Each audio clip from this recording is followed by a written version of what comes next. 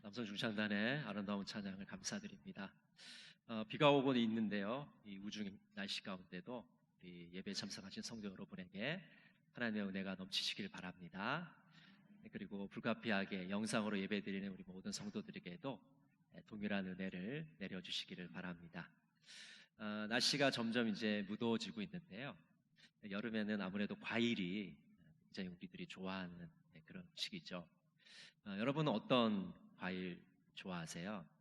일부 예배 때 물어보니까 수박이요 그러시는 것 같은데, 과일 중에 자몽이라는 과일이 있어요. 이 과일은 이제 먼저 먹어보면 아주 시큼한 맛이 나는 그런 과일입니다. 근데 시큼한 맛만 있는 게 아니라 단맛도 있고 약간 쌉쌀한 맛도 나는 그런 과일이죠. 예전에 학교 앞에 문방구에 달고나라는 것이 있어서 이렇게 문방구 아저씨가 설탕을 담아주면 그래도 위해서 이렇게 휘 저으면 어느 정도 이렇게 녹게 되면 그걸 갖다가 이제 판에 탁 찍어가지고 모양을 만들고 지역에 따라서는 뽑기라고 그러기도 했던 것 같습니다. 요즘 이 달고나가 아주 인기예요. 다시 복고풍 바람을 받아서 굉장히 인기를 누리고 있습니다. 달고나도 우선 떠오르는 맛은 단맛이죠. 근데 약간 먹다 보면 씁쓸한 맛도 나기도 합니다. 자몽과 달고나, 언뜻 봐서는 공통점이 없을 것 같은 이 두 가지가 의외의 공통점이 있어요. 그것은 맛이 달콤 쌉쌀하다는 것입니다. 올해 2020년 우리 동광교회 표가 거룩함을 추구하는 그 교회입니다. 그래서 4월부터 6월까지의 실천 방안이 거룩한 생활입니다. 거룩한 생활을 하기 위해서는 우리 교우들이 하나가 되어야 되고 또 성숙에 힘써야 됩니다. 거룩한 생활을 하기 위해서 반드시 있어야 되는 것, 빠지지 않아야 되는 것이 있는데 그것이 바로 언어 생활이라고 할 수가 있습니다. 그리스도인은 혀를 잘 사용해야 됩니다. 왜냐하면 말에는 책임이 따르기 때문입니다. 우리가 하는 말은 굉장한 힘이 있습니다. 오늘 잠언 18장 21절 우리 같이 한번 읽어볼까요? 죽고 사는 것이 혀의 힘에 달렸나니 혀를 쓰기 좋아하는 자는 혀의 열매를 먹으리라. 여러분, 죽고 사는 것이 어느 권력자의 힘에 있습니까? 아닙니다. 말의 힘에 있는 거예요. 말은 우리 운명의 조종자와 같습니다. 이기주 씨의 책에 보면 다음과 같은 이야기가 나옵니다. 제가 한번 좀 읽어드리겠습니다. 몇 해 전 일이다. 일산에 있는 병원에서 어머니가 수술을 받았다. 진료 과정은 다른 병원과 별 차이가 없었는데 의료진이 환자를 부르는 호칭이 다소 낯설게 느껴졌다. 한 번은 나이 지긋한 의사가 회진차 병실에 들어왔는데 그는 팔순을 훌쩍 넘긴 환자를 대할 때도 환자 또는 어르신이라고 부르지 않았다. 박 원사님, 김 여사님하고 인사를 건넸다. 그 모습을 보는 순간 소박한 의문이 솟아올랐다. 왜 저렇게 부르는 걸까? 어머니가 퇴원하는 날 담당 의사와 이야기를 나누다가 질문을 했다. 선생님은 환자라는 호칭을 사용하지 않으시던데요. 담당 의사는 이렇게 대답했다. 환자의 환이 아플 환이잖아요. 자꾸 환자라고 하면 더 아파요. 게다가 할머니, 할아버지 같은 호칭을 싫어하는 분도 많아요. 그래서 은퇴 전에 직함을 불러드리죠. 그러면 병마와 싸우려는 의지를 더 굳게 다지시는 것 같아요. 건강하게 일하던 시절로 돌아가고 싶은 바람이 가슴 한쪽에 자리 잡고 있기 때문인지도 모르겠어요. 병원에서는 사람의 말 한마디가 의술이 될 수 있어요. 한번 따라해 보실까요? 사람의 말 한마디가 의술이 될 수 있다. 코로나 시대에 더 우리 마음에 와닿는 것 같습니다. 사람의 말 한마디가 의술이 될 수 있다. 그렇습니다. 따뜻한 말 한마디가 죽어가는 사람을 살릴 수 있습니다.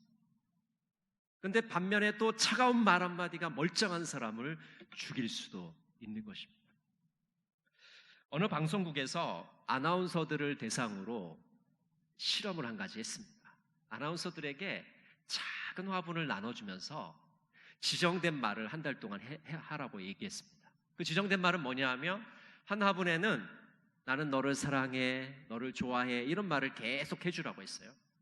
또 한 화분에는 너는 바보야, 멍청이, 얼간이 이런 말을 계속 해주라고 했습니다.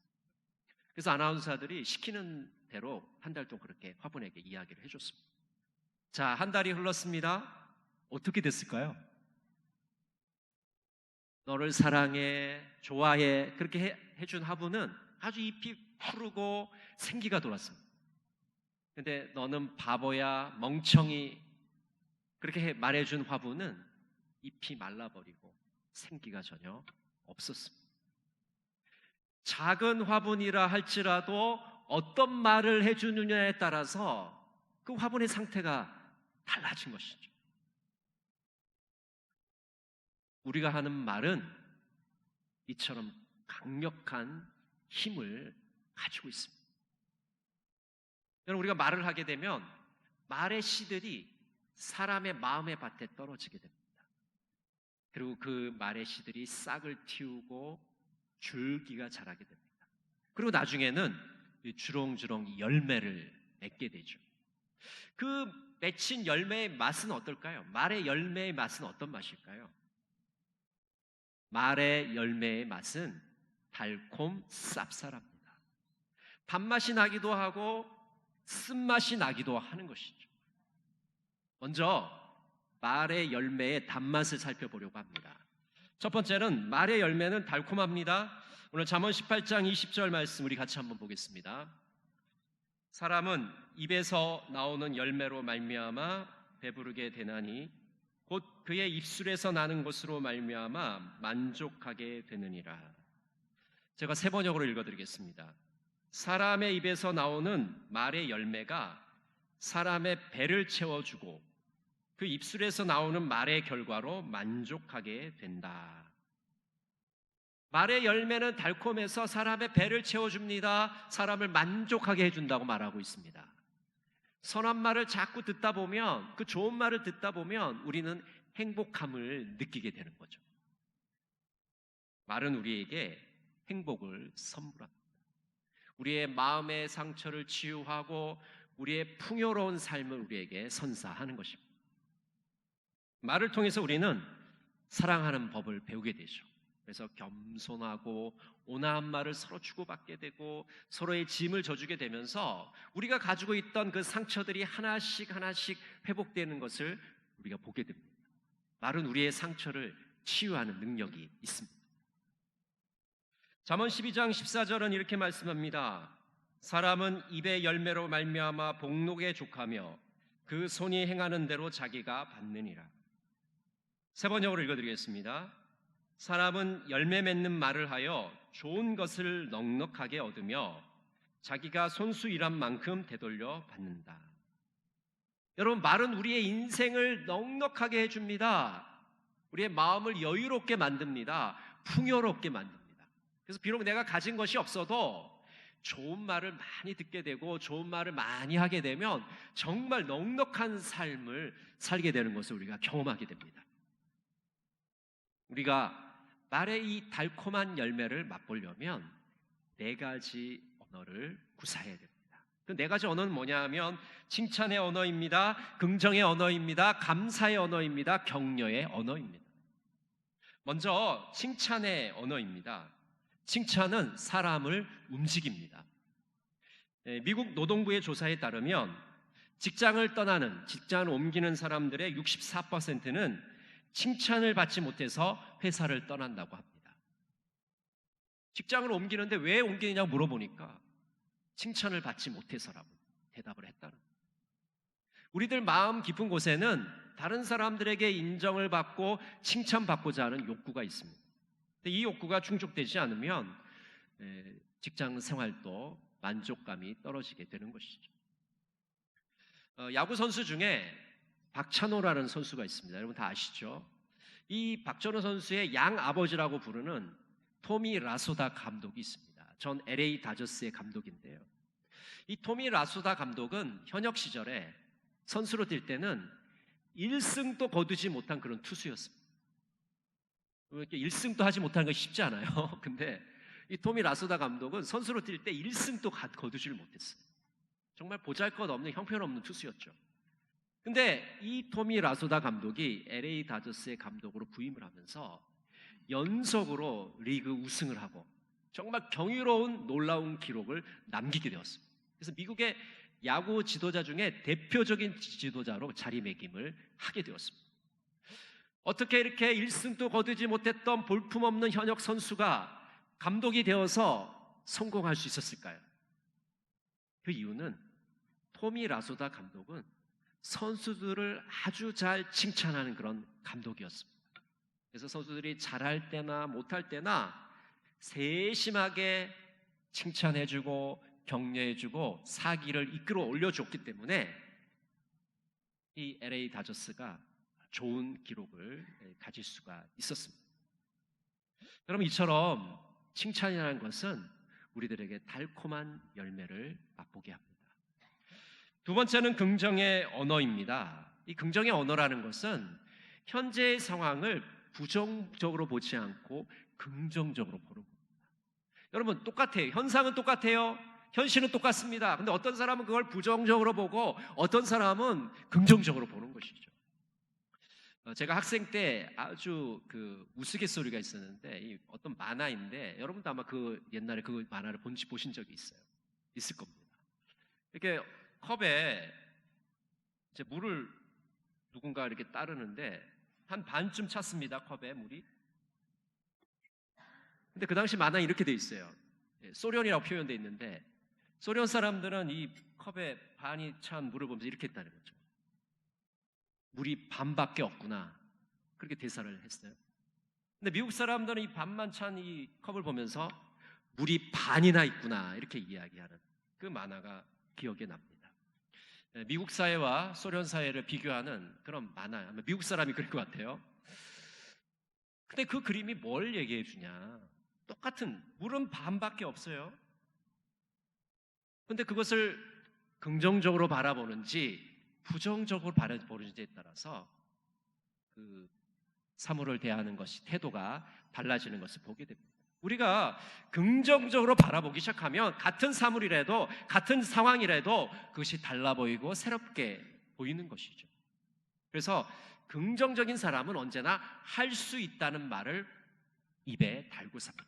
난 할 수 있어. I can. 여러분 한번 해보실까요?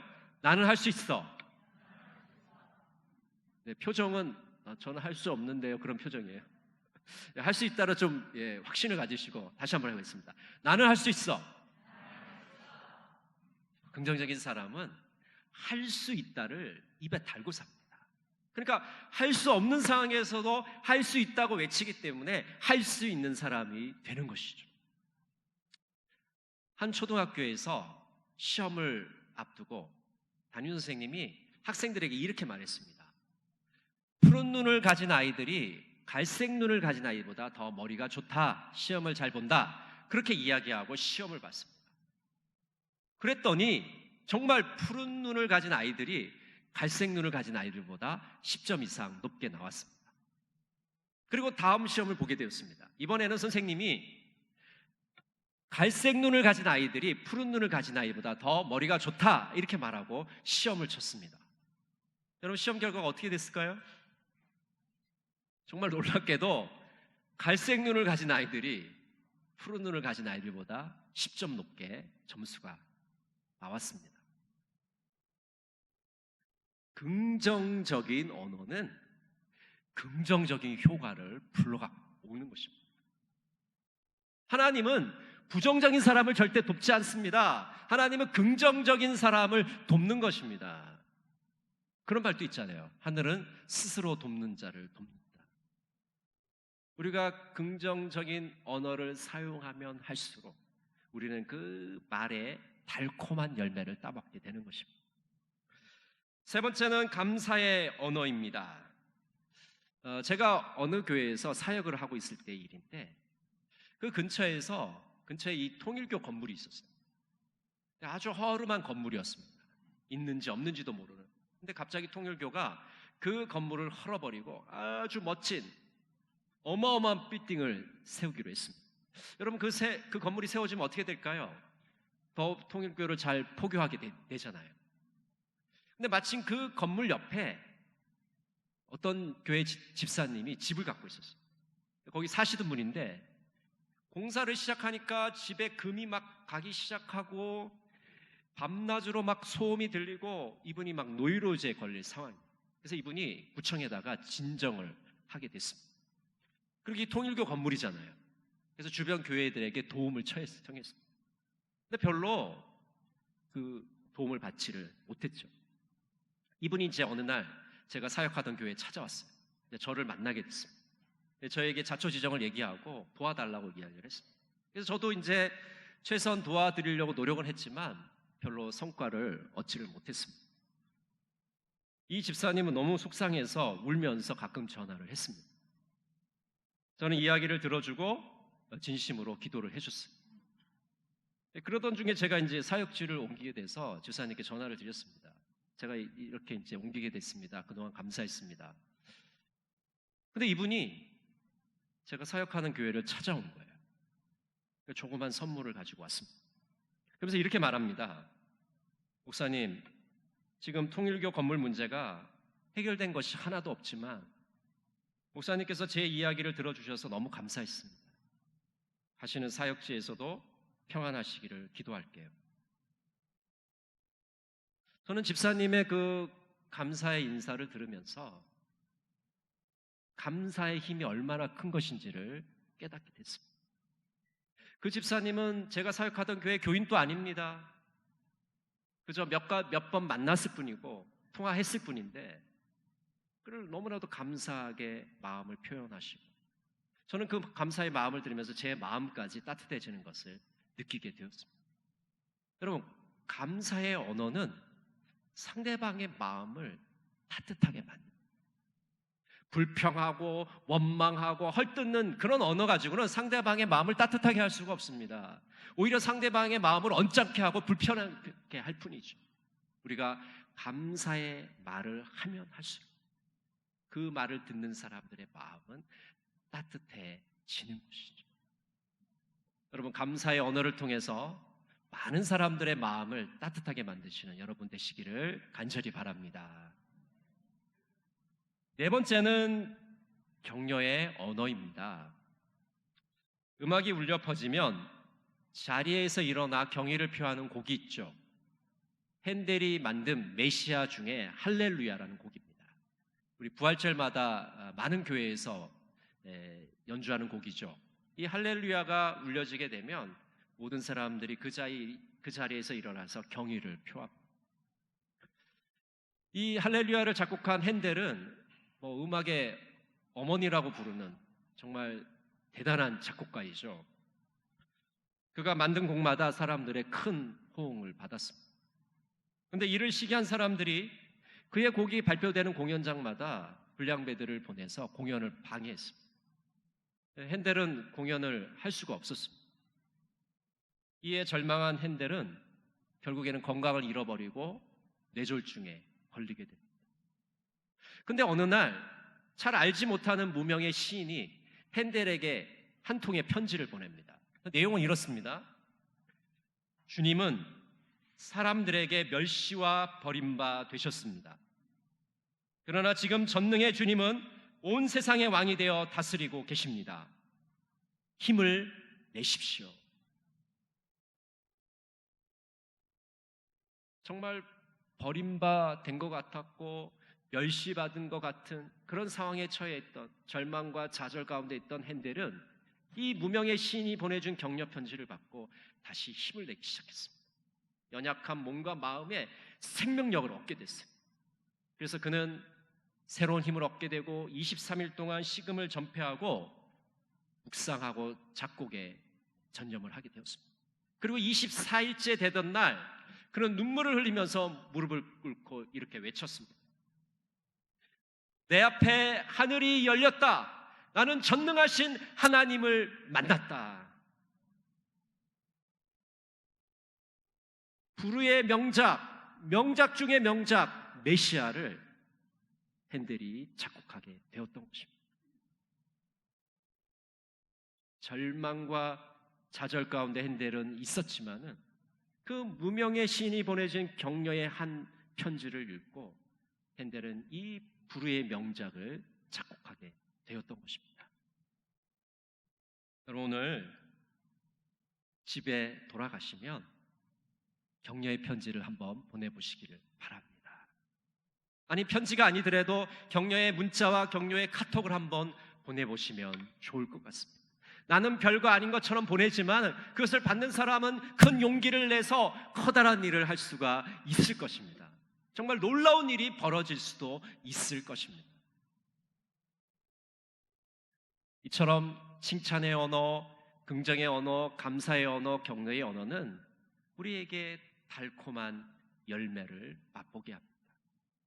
근데 여러분, 말의 열매는 달콤하기만 하는 것은 아닙니다. 단맛만 나는 게 아니라 때로는 쓴맛도 나게 되고 쓰디쓴 맛을 우리가 느끼기도 하는 것입니다. 그래서 말의 두 번째 열매는 쌉쌀한 맛이 나게 되는 것입니다. 말은 사람을 감격시키고 세우기도 하지만 파괴하기도 합니다. 창세기를 보면 뱀이 하와에게 선악과를 따먹으라고 말을 하죠. 또 하와는 아담에게 선악과를 따먹으라고 말합니다. 별거 아닌 것 같은 이 말 한마디 때문에 결국 어떤 일이 벌어지게 됩니까? 아담과 하와는 죄를 짓게 되고 사망과 죽음의 지배를 받게 됩니다. 결국 그들 에덴 동산에서 쫓겨나게 됩니다. 별거 아닌 것 같은 그 말 한마디가 그들의 삶을 완전히 파괴시켜 버렸습니다. 말의 열매가 쓰디쓰다는 것을 모르게 되면 우리는 불행을 겪게 됩니다. 마태복음 12장 36절은 이렇게 말씀합니다. 내가 너희에게 이르노니 사람이 무슨 무익한 말을 하든지 심판날에 이에 대하여 신문을 받으리니. 여러분, 우리가 그냥 말을 무심코 내뱉고 그것으로 끝나는 것이 아니라 마지막 심판의 날에 판단을 받게 될 것이다 라고 말씀합니다. 우리의 말이 그냥 공중으로 다 사라지는 것이 아니라 하나님께서 그것을 지켜보고 계시다고 말씀하고 있는 것이죠. 우리는 불필요한 말로 인해서 공경에 처하게 되기도 합니다. 모로코 속담에 이런 말이 있어요. 말이 입힌 상처는 칼이 입힌 상처보다 더 깊다. 여러분, 칼이 우리에게 얼마나 큰 상처를 남깁니까? 부엌에서 음식을 하다가 손을 베는 주부도 있을 것이고 전쟁터에서 적의 칼에 의해서 죽임을 당하는 병사도 있을 겁니다. 그런데 말은 그 칼보다 더 깊은 상처를 우리에게 남길 수 있다는 것이죠. 사람의 입에서 나오는 말이 사람을 행복하게도 하지만 고통을 주기도 합니다. 말의 상처는 사람의 마음을 병들게 합니다. 두려움과 불안과 초조와 우울과 절망과 열등감과 죄책감과 거짓말과 자포자기에 이르게 합니다. 말의 열매가 쓰디쓰다는 것을 우리가 모르면 우리는 고통 가운데 지내게 되는 것입니다. 쓸데없는 말을 많이 하지 않아야 됩니다. 때로는 침묵이 많은 말을 하는 것보다 유익할 때가 있는 것입니다. 그리스도인은 오히려 찬미의 제사를 하나님께 드려야 합니다. 우리 히브리서 13장 15절 말씀을 세 번역으로 같이 한번 읽어보겠습니다. 그러니 우리는 예수로 말미암아 끊임없이 하나님께 찬미의 제사를 드립시다. 이것은 곧 그의 이름을 고백하는 입술의 열매입니다. 여러분, 하나님께서 우리에게 입술을 주셨습니다. 이 입술로 밥 먹고 노래하고 남의 말만 하는 것이 아니라 이 입술로 하나님의 이름을 높여드립니다. 찬미의 제사를 드리는 우리 모두가 되기를 원합니다. 하나님은 위대하신 분입니다. 하나님은 광대하신 분입니다. 하나님은 놀라운 일을 하셨습니다. 하나님은 구원자이십니다. 하나님은 창조주이십니다. 날마다 하나님의 이름을 높여드리는 우리의 입술이 되기를 간절히 바랍니다. 이혜인 시인이 말을 위한 기도에서 이렇게 노래하고 있습니다. 내가 이 세상에 태어나 수없이 뿌려놓은 말의 씨들이 어디서 어떻게 열매 맺었을까 조용히 헤아려 볼 때가 있습니다. 무심코 뿌린 말의 씨라도 그 어디선가 뿌리를 내렸을지 모른다고 생각하면 왠지 두렵습니다. 더러는 허공으로 사라지고, 더러는 다른 이의 가슴 속에서 좋은 열매를 맺고 또는 언짢은 열매를 맺기도 했을 내 언어의 나무. 매일매일 돌처럼 차고 단단한 결심을 해도 슬기로운 말의 주인이 되기는 얼마나 어려운지, 날마다 내가 말을 하고 살도록 허락하여 주신 주여, 하나의 말을 잘 탄생시키기 위해 먼저 잘 침묵하는 지혜를 깨우치게 하소서. 해프지 않으면서 풍부하고 경박하지 않으면서 유쾌하고 과장하지 않으면서 품이 있는 참으로 아름다운 언어의 집을 짓기 위해 언제나 기도하는 마음으로, 돌을 닦는 마음으로 말을 하게 하소서. 여러분들이 뿌려놓은 말의 씨들은 어떤 열매를 맺고 있을까요? 달콤한 열매를 맺고 있을까요? 아니면 쓰디쓴 쓴맛의 열매를 맺고 있을까요? 오늘 2부 예배를 드리시면서 달콤한 열매를 맺기로 다짐하고 결심하시는 여러분 모두가 되시기를 간절히 바랍니다. 기도하겠습니다. 사랑의 하나님, 말은 강력한 힘이 있는 줄 믿습니다. 우리가 뿌려놓은 말의 씨들이 아름답게 열매 맺기를 소원합니다. 말의 열매가 달콤 쌉쌀하다는 것을 늘 잊지 말게 하옵소서. 예수님의 이름으로 기도합니다. 아멘.